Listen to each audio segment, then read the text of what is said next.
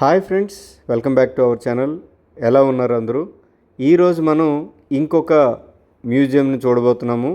అదే ఏషియాలోనే అతిపెద్ద యుద్ధ విమానం TU-142. దీని గురించి మనం ఆ మ్యూజియం గురించి తెలుసుకుందాం.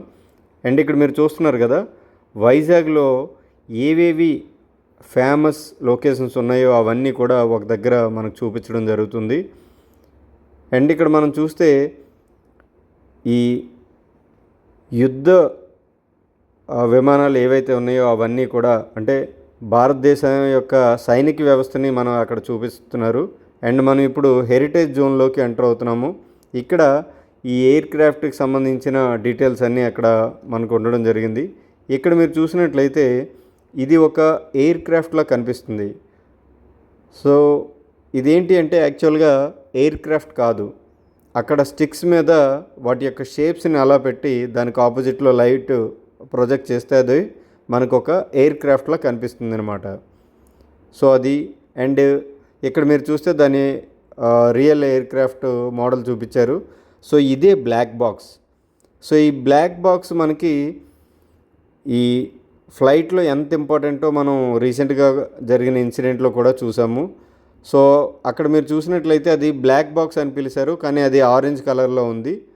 అంటే ఫ్లైట్లో ఏదైతే వాళ్ళ యొక్క పైలట్స్ మాట్లాడుకుంటున్నారో ఆ క్రిటికల్ డేటా అంతా కూడా అందులో రికార్డ్ అవుతుంది.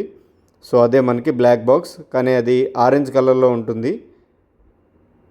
అండ్ ఇవి ఈ ఎయిర్ క్రాఫ్ట్లో TU-142 ఎయిర్ క్రాఫ్ట్లో ఎవరైతే క్రూ ఉన్నారో వాళ్ళ యొక్క యూనిఫామ్స్ మొత్తం కూడా. అండ్ ఈ TU-142 అనేది మనకి 29 ఇయర్స్ ఈ ఇండియన్ నేవీకి సర్వీస్ అందించింది. అది కూడా 30,000 అవర్స్ యాక్సిడెంట్ ఫ్రీ. సో చాలా గ్రేట్. అండ్ ఇది పెద్ద ఎయిర్ క్రాఫ్ట్ కూడా. అండ్ ఇది వైజాగ్లో ఈ INS కురుసరా ఉంది కదా, సో దానికి ఆపోజిట్లో ఈ మ్యూజియం అనేది ఆంధ్రప్రదేశ్ గవర్నమెంట్ పెట్టడం జరిగింది. అండ్ దీనికి అరౌండ్ 14 crores చాలా వరకు ఖర్చు అయింది ఇదంతా ఏర్పాటు చేయడం. ఎందుకంటే ఆ రియల్ ఎయిర్ క్రాఫ్ట్ని తీసుకొచ్చి అక్కడ చూపించడం అనేది, ఇవన్నీ కూడా మనకి ఈ ఎయిర్ క్రాఫ్ట్ యొక్క పార్ట్స్, ఇంజిన్ కానీ లేకపోతే దాని యొక్క టైర్స్ కానీ అండ్ దాని యొక్క చూసారు కదా సో ఇవన్నీ బోర్డ్స్ అనమాట. ఇన్ కేస్ ఏదైనా ఎమర్జెన్సీ వస్తే ఎలా వెళ్ళాలి, ఇవి చూస్తే టైర్స్. సో ఇందాక మీరు ప్రీవియస్గా చూసారు అది ఎస్కేప్ ఎలా అవ్వాలి పారాచూట్తో. సో ప్రతి ఒక్క మనకి ఆ పార్ట్స్ కూడా అక్కడ ఉంచడం జరిగింది. అండ్ ప్రీవియస్గా చూసినట్లయితే బాంబ్స్. సో ఎయిర్ క్రాఫ్ట్ అనేది యుద్ధంలో పాల్గొంటుంది కాబట్టి ఆ అపోనెంట్ మీద మనం ఆ మిసైల్స్ అనేవి వేయాలి, చూసారు కదా. సో అవన్నీ కూడా షార్ట్ బాంబ్స్, అవన్నీ కూడా అది క్యారీ చేస్తూ అపోనెంట్ మీద మనం దాన్ని టార్గెట్ చేయాలి. అండ్ ఇక్కడ ఈ మ్యూజియం అనేది మనకి president of India Ramnath Kovind గారు December 2017లో మనకి ఈ మ్యూజియంని ఇనాగ్రేట్ చేయడం జరిగింది. జనరల్గా ఏంటి అంటే ఇలాంటి ఎయిర్ క్రాఫ్ట్లు మనం చూడాలి అంటే చాలా చాలా అరుదుగా మనం చూస్తాము.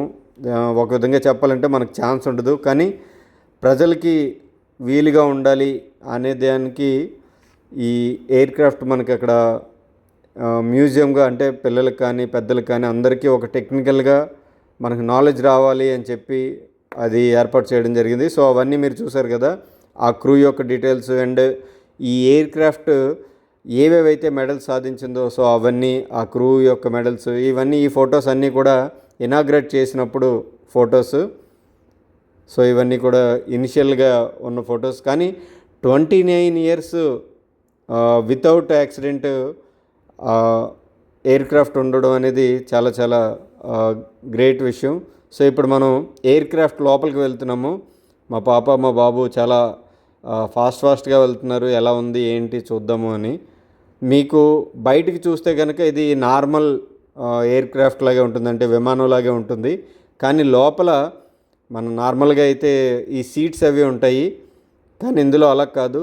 జస్ట్ లైక్ మనకి ఐఎన్ఎస్ కుర్సురాలో ఎలా అయితే చూసామో, సో డిఫరెంట్ కంపార్ట్మెంట్స్, ఆ కంపార్ట్మెంట్స్లో ఈ యుద్ధానికి సంబంధించిన మెటీరియల్స్ అన్నీ కూడా ఉంటాయి, బాంబ్స్ కానీ లేకపోతే మిగతా చూసారు కదా. సో ఇది back side compartment. And front side మనకు వచ్చేసరికి అటు సైడు ఇటు సైడు కూడా ఎక్విప్మెంట్ని చూడొచ్చు. అండ్ ప్రతి కంపార్ట్మెంట్కి ఒక్కొక్క సిగ్నిఫికెన్స్ ఉంటుంది. అండ్ ఎందుకంటే అది పైన ఫ్లై చేస్తుంది కాబట్టి దాని తర్వాత మనం ఈ బాంబ్స్ చూసారు కదా. సో ఇవన్నీ కూడా వాటి యొక్క మిజైల్స్ అక్కడి నుంచి ఆపరేట్ చేస్తారు.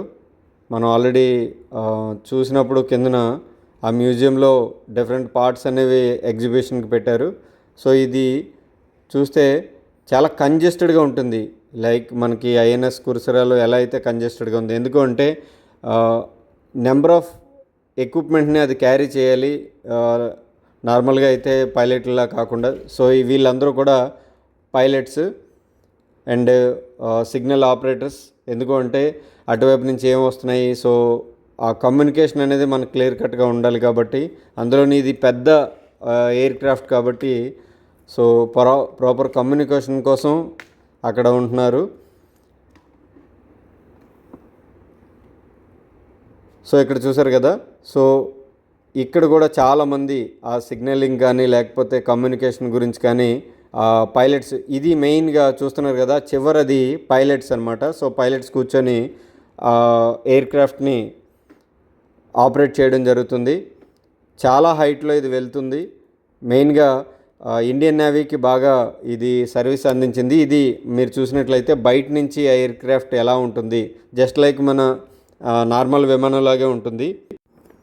సో ఇది TU-142 ఎయిర్ క్రాఫ్ట్ గురించి, ఒక ఏషియాలోనే అతిపెద్ద ఎయిర్ క్రాఫ్ట్.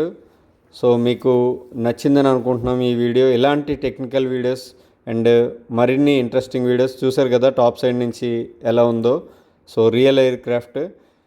సో మన ఛానల్ని సబ్స్క్రైబ్ చేసుకోండి, షేర్ చేయండి, లైక్ చేయండి.